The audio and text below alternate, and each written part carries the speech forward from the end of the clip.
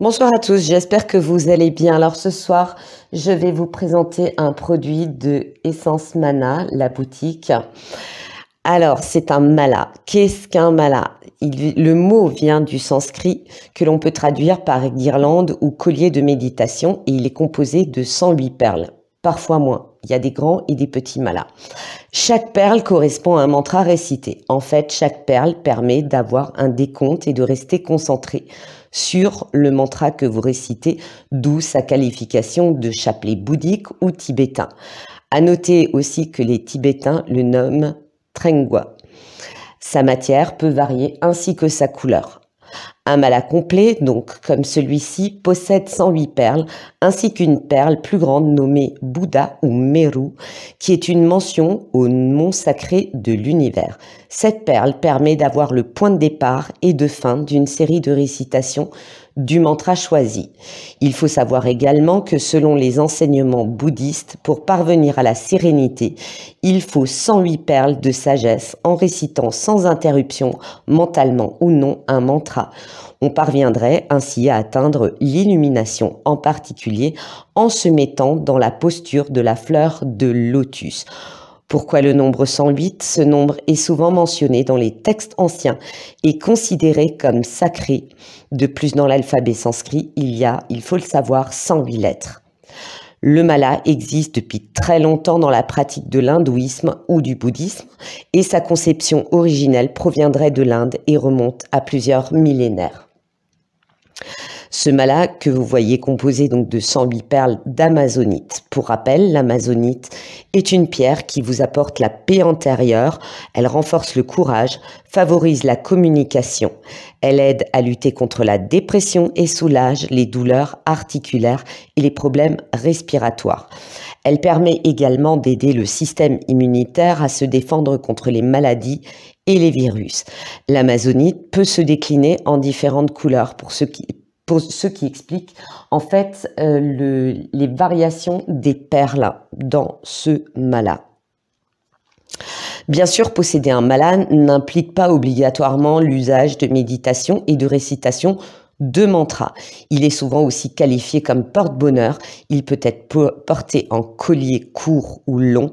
Alors ce que vous voyez chez les moines bouddhistes ou tibétains, ce sont à 108 perles, ce sont des colliers longs qui portent autour du cou, mais celui-ci a l'avantage d'avoir un fil élastique, donc vous pouvez aussi le porter en bracelet. Dans l'expectative où vous souhaitez vous lancer dans la méditation et la citation de mantra, je vous conseille de ne pas vous astreindre à avoir au départ la fameuse position du lotus, qui est quand même assez difficile à tenir, mais de vous positionner de manière confortable avec des vêtements agréables et non serrés.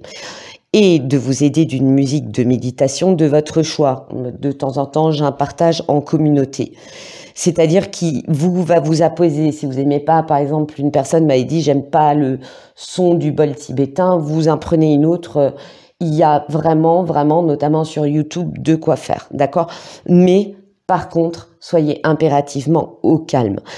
Vous pouvez commencer, si vous voulez, aussi par l'usage de mantras, si ça vous intéresse. Prenez des mantras courts, des mantras simples, prenez le temps de les prononcer avec soin. Ne vous astreignez pas à les citer 108 fois. Vous pouvez vous servir des repères. Alors vous voyez là des petits repères métalliques qui divisent en fait le nombre de perles, d'accord? Et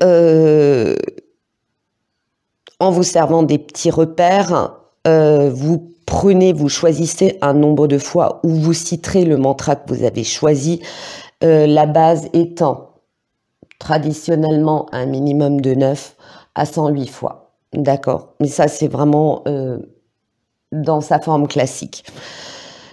Le choix du mantra vous appartient. Alors, personnellement, mon favori est le mantra de Padmasambhava. Je vous mettrai en lien des musiques très sympathiques où on entend bien le mantra, d'accord? Astuce également pour ce type de mantra est donc de le trouver en musique en vidéo, parce que vous avez une petite musique qui l'accompagne et c'est une aide précieuse notamment pour la prononciation. Parce qu'entre le lire tel qu'il est écrit en français et la prononciation originelle, croyez-moi qu'il y a des fois un monde. Un qui est très sympa aussi lorsque vous débutez est assez simple, et le mantra chanté par Tina Turner, d'accord, qui est le Sarvesham Svastir Bhavatu, mantra de paix, que je vous mettrai en lien. C'est un petit clin d'œil aussi à une sœur de cœur qui l'écoute durant sa pause déjeuner pour se détendre. Dans l'usage du mala pour les mantras, on l'utilise habituellement de préférence de la main gauche, permettant d'aller dans le sens des aiguilles d'une montre, ce qui est important. Enfin, vous avez sur celui-ci, plutôt que la grosse perle de séparation, la petite médaille Om. Alors, Om est dans l'hindouisme le mantra primordial, la vibration vitale à partir de laquelle l'univers se serait structuré et possédant en lui la vibration de l'univers. Il vous met en harmonie avec la conscience universelle pour le Om prononcé. Alors, on prononce A-O-M, c'est-à-dire Aum, d'accord ? Il contient 4 temps. Chaque temps comprend de nombreuses significations métaphysiques. Ainsi, le A du Aum représente l'état de veille, la conscience subjective du monde extérieur. Le O que vous entendez dedans représente le rêve ou conscience du monde intérieur. Le M représente le sommeil profond, l'expérience de l'unité. Le 4e temps est le silence qui suit le son. Alors moi, ces pratiques, je les ai apprises au travers de mes cours de yoga parce que c'était pas, moi j'ai pas eu un enseignement et je le suis depuis presque 20 ans. Alors le yoga, je le pratique depuis très très longtemps, mais alors en cours avec une enseignante qui est formidable, ouais, depuis une dizaine d'années. Ouais, une bonne dizaine d'années. Et elle nous a, c'est pas qu'une salle où vous pratiquez le yoga, voilà, vous faites les exercices, nanani, nanana. On vous explique les postures, on travaille les postures en profondeur, on travaille le souffle, on travaille les mantras, on travaille les mudras. C'est vraiment le meilleur cours. Par contre, c'est difficile, malheureusement, de trouver vraiment de bons enseignants. Parfois, c'est un point de vue personnel, c'est vraiment très très commercial. Moi, j'ai cette chance-là d'une personne qui a pratiqué le yoga toute sa vie parce que son père était déjà enseignant, d'accord ? Et donc, on a eu une approche de tout ça.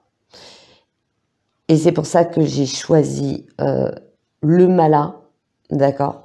Parce que j'avais envie de vous en parler, j'avais envie de vous parler des mantras. Alors, un parler en profondeur, je suis pas non plus une grande spécialiste. On a une approche correcte, d'accord ? J'aime bien que les choses soient dites avec honnêteté. Non, je suis pas une spécialiste des mantras. Je suis pas non plus une spécialiste des mudras. Par contre, ce que j'ai travaillé, je l'ai travaillé correctement. C'est ça qui est important, d'accord ? Donc, pour ceux que ça intéresse, je tenais à vous parler dans l'ensemble d'un tout, du mala, des mantras, mais de manière simple, pas de manière trop élaborée. Voilà. Voilà, je crois que j'ai fait le tour de ce que j'avais à vous dire, sans rentrer dans des explications trop longues et compliquées qui ne plaisent pas forcément à tous et qui permettent un petit peu d'avoir une approche et une compréhension de base. Et voilà, j'espère que cette petite vidéo vous a plu.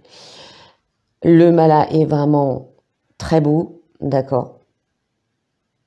Vraiment très très beau. La plupart des gens vont l'acheter en tant que collier, bracelet. Mais moi, je voulais vous l'expliquer un petit peu dans un usage différent. Voilà, voilà mes amis, je vous dis à très bientôt.